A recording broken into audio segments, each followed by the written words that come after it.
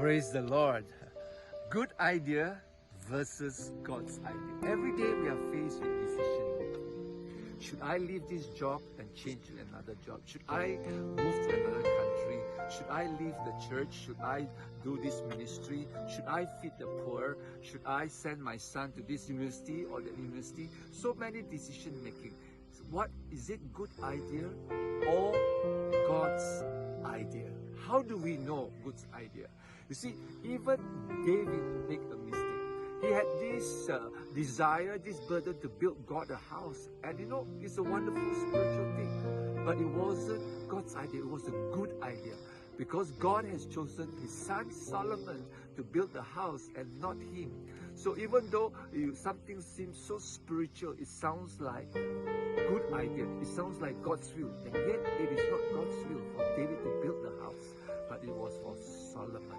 I give you one example. I have a spiritual son, a pastor in India. He wrote to me and he asked, Dad, can you give some money because I want to feed the poor. I'm going to go to this village. I want to feed the poor. There's a lot of poor people there. I need this amount of money for the food, for the provision. So I prayed about it. I felt in my heart. So I told him, son, is this good idea or is it God's idea?